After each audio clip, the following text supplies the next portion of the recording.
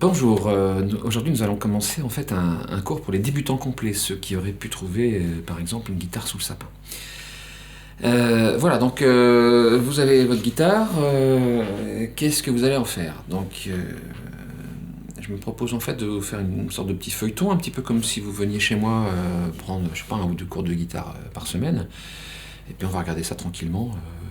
Alors, c'est pas toujours évident de trouver l'ordre dans lequel donner les informations, mais je vais faire ça un petit peu à l'inspiration.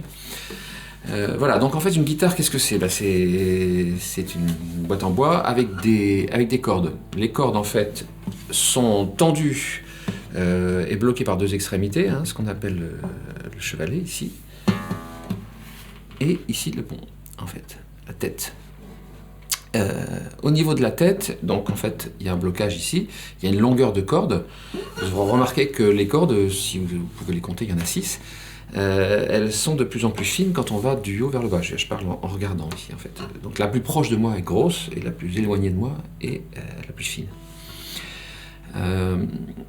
Vous avez remarqué probablement que si vous jouez de la guitare acoustique, c'est quel cas, les 4 cordes les plus grosses en fait sont filées, c'est-à-dire qu'elles ne sont pas un seul tenant, mais elles sont constituées en fait d'un petit enroulement métallique autour d'une âme, tandis que les 2 cordes les plus basses sont des cordes non filées, je ne sais pas comment on appelle ça, enfin d'un seul tenant, c'est un seul morceau de métal en fait.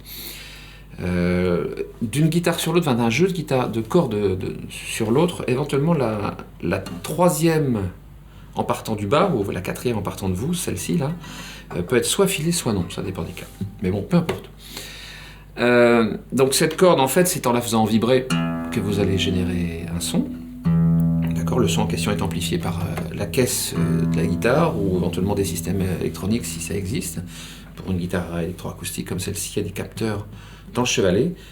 Pour une guitare électrique, il y a des micros en fait qui sont en dessous.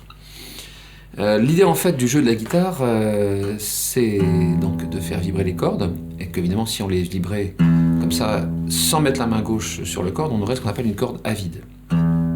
Donc si on les écoute,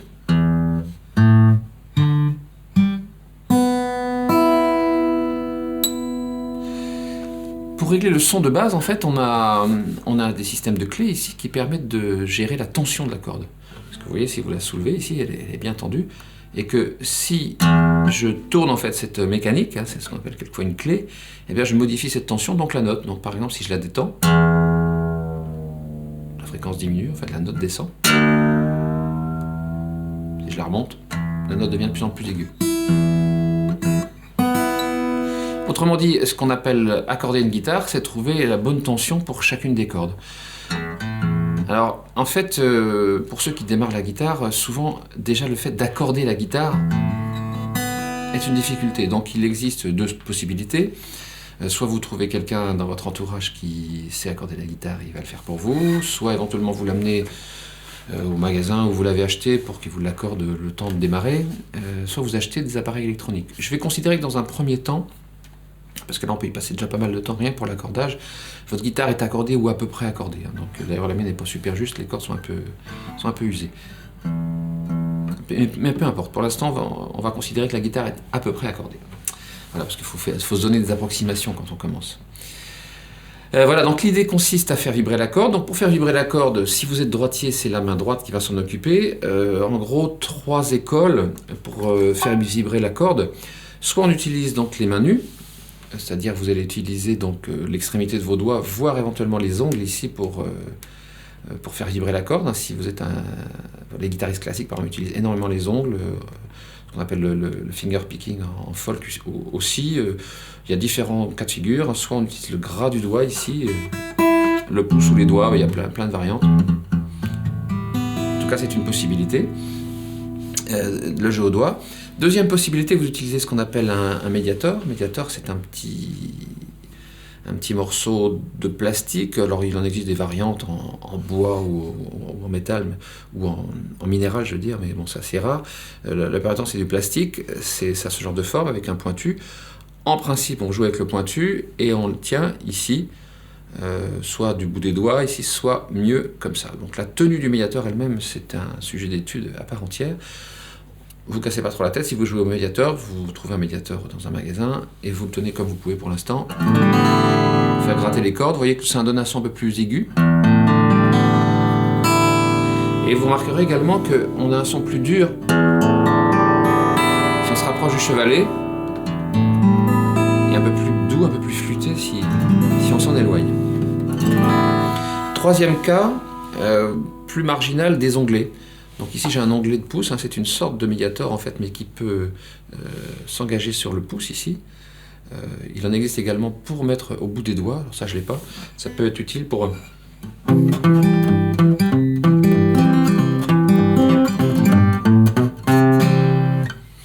un son, ce qu'on appelle du finger picking, un petit peu atypique. Bon, en tout cas, c'est pas forcément par ça que vous allez commencer. Donc, pour commencer, la main droite, soit simplement le pouce, par exemple, qui va gratter ça, soit le médiator que vous allez tenir comme vous pouvez. Donc, vous choisissez un cas ou l'autre. La main gauche, maintenant. La main gauche a pour but de modifier la note. C'est-à-dire que vous allez voir que le long du manche sont incrustés des petits morceaux métalliques qu'on appelle des frettes. Quand vous appuyez sur une frette, quelle qu'elle soit, sur une corde, vous mettez votre doigt en fait ici pour stopper la corde à un endroit, ça veut dire que la résonance, au lieu d'avoir lieu sur la pleine longueur de la corde, n'a plus lieu qu'entre le chevalet ici et la frette qui est juste après le doigt. D'accord ?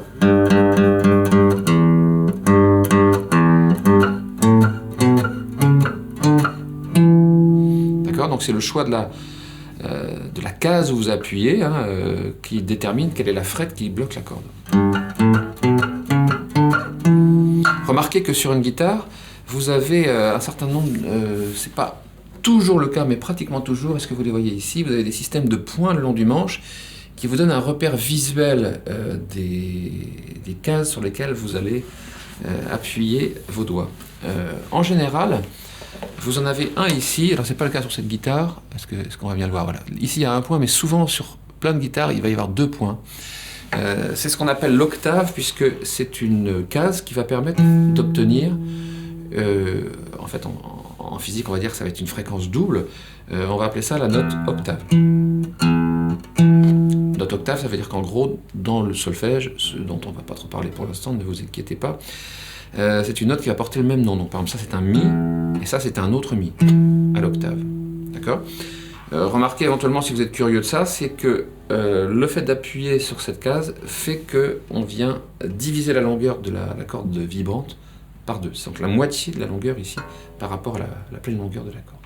Voilà, donc l'objectif en fait, il est 1, d'avoir une guitare à peu près accordée, ça on va considérer que c'est fait. 2, de faire vibrer les cordes avec la main droite, donc avec le pouce par exemple, ou les doigts, ou un médiator. 3, de placer la main gauche ici aux bons endroits, de telle manière à changer les notes. D'accord ? Donc évidemment tous inverses si vous êtes gaucher, bien entendu. Voilà. La suite au prochain numéro.